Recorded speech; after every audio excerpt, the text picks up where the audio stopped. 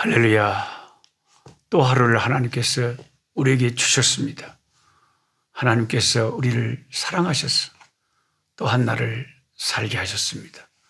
이 복된 날에 하나님 말씀을 가까이 하면서 그 말씀 붙잡고 기도하면서 또 하루를 살기 원합니다. 2021년 10월 26일 화요일입니다. 요한복음 4장에서 6장의 말씀을 오늘 공부하겠습니다. 특별히 모든 말씀이 다 그렇지만 신약에 와서 사도 요한이 쓴 요한복음 같은 말씀은 참 하루 종일 강론을 해도 그 시간이 모자랄 판인데 제가 그 중에 어느 한 부분만 가지고 잠깐 나누지만 무궁무진한 은혜의 말씀이 요한복음 안에 들어가 있습니다. 정말 예수님이 왜 사도 요한을 그토록 좋아했는지 요한복음 너무너무 귀한 책입니다. 특별히 오늘 저는 요한복음 5장에 있는 38년 된 병자에게 일어난 기적에 대해서 함께 나누고 기도하기를 원합니다. 이 일이 있을 때는 유대인의 명절이었다고 말합니다. 유대인은 명절이 중요한 명절 3대 절기도 있고 다 있죠. 유월절이 있고 초막절이 있고 그런 절기는 일주일씩 계속됐는데 이날은 특히 안식일이었습니다. 예수님이 그날 예루살렘 양문 곁에 베데스다라는 연못에 가셨는데 이곳에서 38년이나 된 병든 사람을 치료하신 역사가 일어났습니다. 예루살렘 성벽에는 문이 여러 개가 있었죠. 어문, 양문 등 짐승들의 이름을 딴 문도 있었고 양문 곁에 베데스다라는 연못이 있었는데 베데스다, 자비의 연못이라는 뜻입니다. 그리고 거기에 행각이 5개가 있었다고 합니다. 솔로몬 때에는 솔로몬 행각을 지었다고 했던 것처럼 이 역시 유서 깊은 행각이었을 것입니다. 그곳에 환자들이 그 5 행각에 많이 누워 있었습니다. 왜 환자들이 그 5 행각에 흩어져서 누워 있었을까요? 그들은 그 역사가 서려있고 전통적인 곳에서 혹시 자기 병이 치료받지 않을까 하는 그 기대를 가지고 거기서 누워 있었다는 것입니다. 그 베데스다 연못이 가끔씩 동할 때가 있대요. 막 물이 움직일 때가 있다는 거죠. 그들은 천사가 와서 가끔 움직인다고 생각을 했는데 그 전설에 의하면 그 물이 막 요동치고 움직일 때 그 물에 먼저 내려가면 그 병이 낫는 역사가 일어났다는 거죠. 그런 사람들의 소문을 듣고 사람들이 그 병 나으려고 그 와서 그렇게 많이 대기를 하고 있는 거예요. 그럼 몸이 아픈 사람은 지푸라기라도 잡는 심정으로요. 내 병이 낫는다면 뭔 일인지 못하겠습니까? 우리 시골에서 옛날에 뭐 병 난다고 하면 사람 인분도 먹고요. 죽은 사람 시체에 무슨 뼈가루도 그 시체 그 뼈다구 가루도 갈아갖고 먹고 그랬잖아요. 사람이 진짜 병이 그냥 병으로 고생하는 사람한테는 그 병이 낫는다고 하는 것이 조금이라도 희망이 있으면 뭔들 못하겠어요. 그 아픈 사람들 그 마음이 이해가 되죠. 그래서 혹시 자기들 병이 나을까 싶어서 많은 사람들이 그 5 행각에 흩어져 누워 있었다는 것입니다. 그런데 예수님은 안식일인 그날 다른 곳에 가지 않으시고 그곳에 가셨습니다. 그 병자들이 많이 있는 그곳에. 주님은 안식일을 지키시는 방식이 다르셨죠. 그곳에서 가장 심한 환자를 38년 된 병자라니까 거의 40년 가까이 된 병자인데 오메 40년 가까이 38년을 그 병이 들어서 무슨 병이라고는 안 돼 있지만 뭐 중풍병이든 움직일 수 없는 병이든 혼자서는 걸어 다닐 수 없는 병이었던 것 같아요. 혼자서. 누군가가 그러니까 가족이든 친척이든 거기다 갖다 놓은 거예요. 아침에. 업어다가 갖다 놓았든지. 혹시 내한테도 한번 나을 기회가 있으면 좋겠다. 기적이 일어났으면 좋겠다. 하는 그런 막연한 기대로 이 사람을 거기 갖다 놓은 거예요. 근데 예수님이 그 많은 병자들이 참 병이 오래된 38년 동안 한 번도 일어나 본 적이 없는 그 병자를 향해서 다가서서 갑자기 그 병자한테 묻습니다. 네 낫고 싶으냐? 네가 낫고자 하느냐?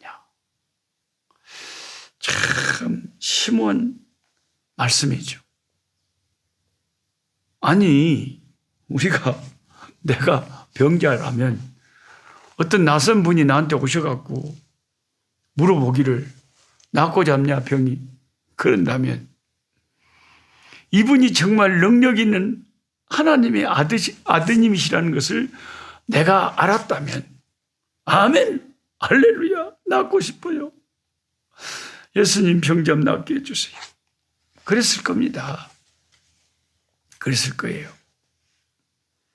그런데 예수님에 대한 정보가 전혀 없는 사람 입장에서는 나를 도와서 저 물이 움직일 때 이분이 건강하니까 이 양반이 나를 얻고 도와주겠다는 뜻인갑다. 그래서 나한테 낫고 싶냐고 물어보는 거 아닐까 이렇게 생각할 수도 있잖아요. 그게 예수님이 네가 낫고자 하느냐 이 주님의 질문이 굉장히 단순한 질문 같아요. 왜 그러냐면 낫기를 원치 않으면 못 들라고 거기 와서 누워 있겠습니까? 낫고 자푼 게 누워 있지. 그런데 우리 주님은 불필요한 말씀을 하실 분이 아니잖아요. 주님은 생각이 있으셔서 그 질문을 한 거 아닙니까? 그럼 왜 주님이 그런 질문을 하셨을까요? 병든 사람한테 너 낫고 싶으냐? 그렇게 왜 질문을 하셨냐 하는 거죠. 그래서 큐티라는 것은 하나님의 말씀을 그냥 읽고 지나가는 게 아니에요. 그냥 노트에 쓰고 나 성경책 썼다 이렇게 하는 게 아니고 큐티는 성령의 도우심을 기대하면서 성령의 가르침을 받고 싶어하는 마음을 가지고 말씀을 생각을 하는 거죠. 되새김질하는 거라고. 왜 주님이 그렇게 질문을 하셨을까? 왜 그렇게 주님이 질문을 하셨을까? 생각을 좀 깊이 해버려. 그냥 읽고 지나가 버리면 성경 읽었다, 성경 썼다 그걸로 끝나지만 큐티를 하면 생각을 하면요. 성령께서 우리를 도와주고 깨달음을 준다는 거죠. 왜 낫고 싶냐고 주님이 그런 질문을 하셨을까? 왜 낫고 싶냐 하는 그 질문을 하셨을까?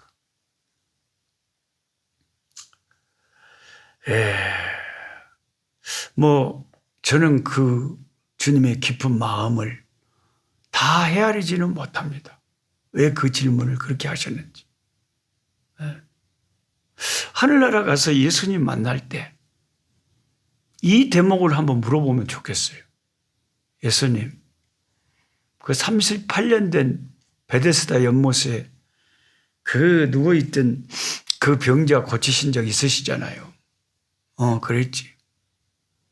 그때 그 병자에게 네가 낫고자 하느냐 그렇게 물으셨는데 어떤 의도를 가지고 무슨 생각으로 그 질문을 하신 거예요? 이렇게 하늘나라에 가서 주님 만났을 때 한번 여쭤보면 예수님께서 기뻐하실 것 같아요. 좋아하실 것 같아요. 참 너는 성경을 읽어도니 감성이 예민해서 그런지 그렇게 생각을 한다니.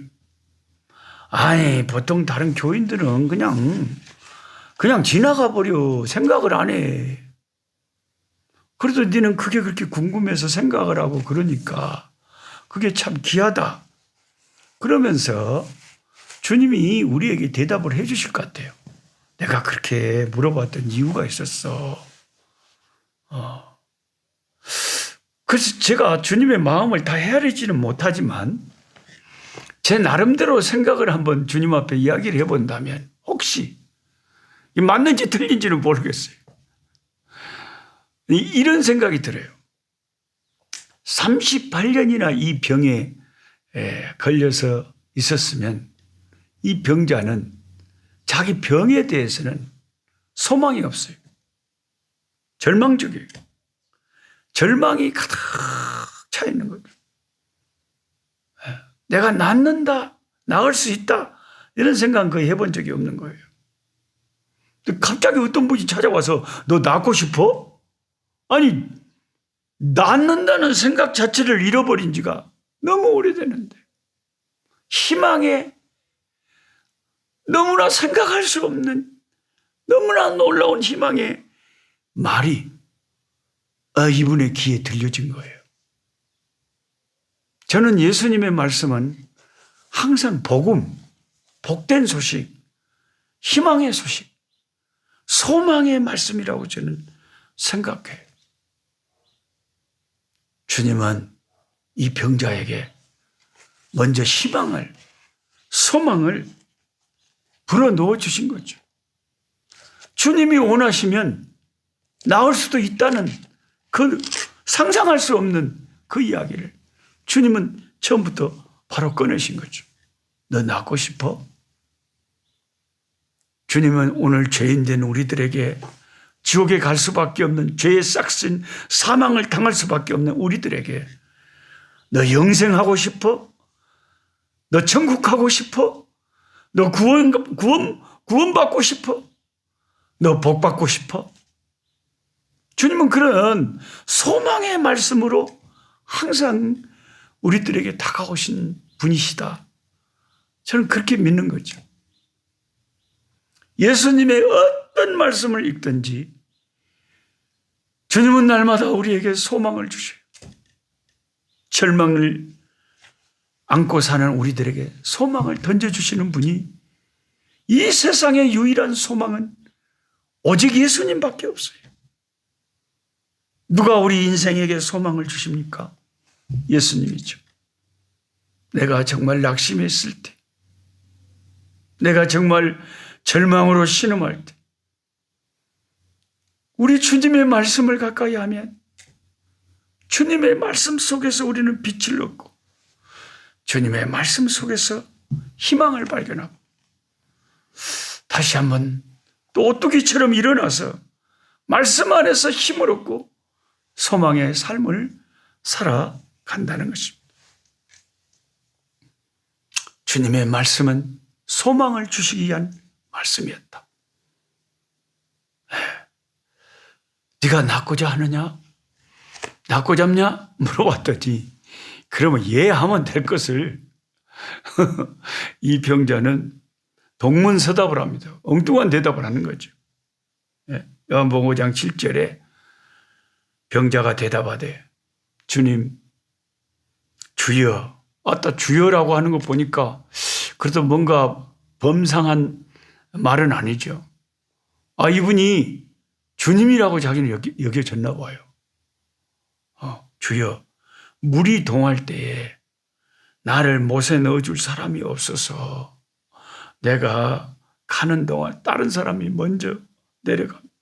내가 끙끙거리고 기어서라도 낮은 포복이라도 물이 동할 때 가는데 다른 사람들이 쭉 가버려갖고 다른 사람들은 기적을 맛보는데 저는 몸이 너무 아파서 차례가 안 돼갖고 고침받을 기회가 없습니다, 주님. 그런 거예요.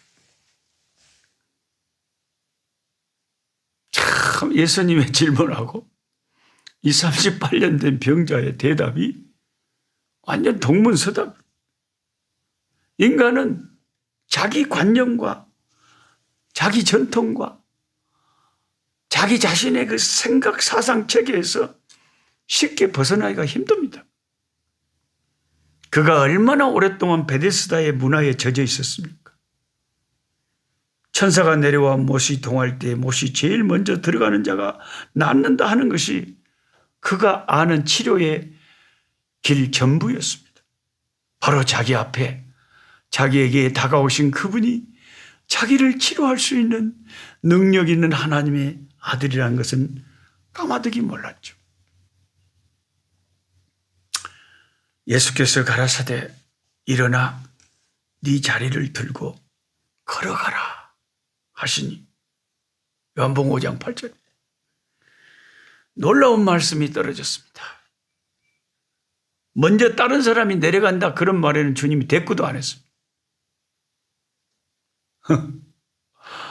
주님은 그냥 그 사람이 무슨 소리를 하든지 간에 네 자리를 들고 일어나 걸어가라 말씀하셨습니다.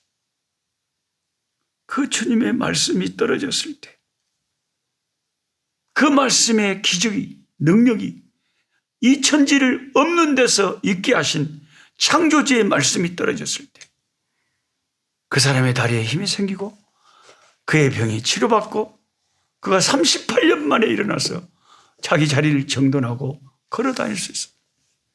이런 기적이 일어났습니다. 예수님이 하나님의 아들이라는 표적이 그 38년 된 병자를 고쳐주면서 증거가 된 것입니다.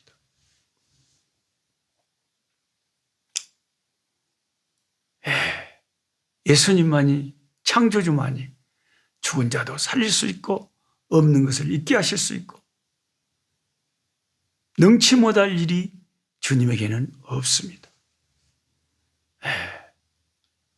오늘 절망 가운데 생을 살아가시는 분 중에 오늘 이 말씀을 함께 공부하는 여러분 곰곰이 한번 이 말씀을 생각하고 붙잡고 기도하기를 원합니다. 주님, 저를 일으켜주시니 감사합니다. 저를 치료해 주시니 감사합니다. 소망을 주시니 감사합니다. 나 같은 죄인이 구원을 받고 지옥 갈 수밖에 없는 죄인이 천국 가게 된 것은 기적 중의 기적.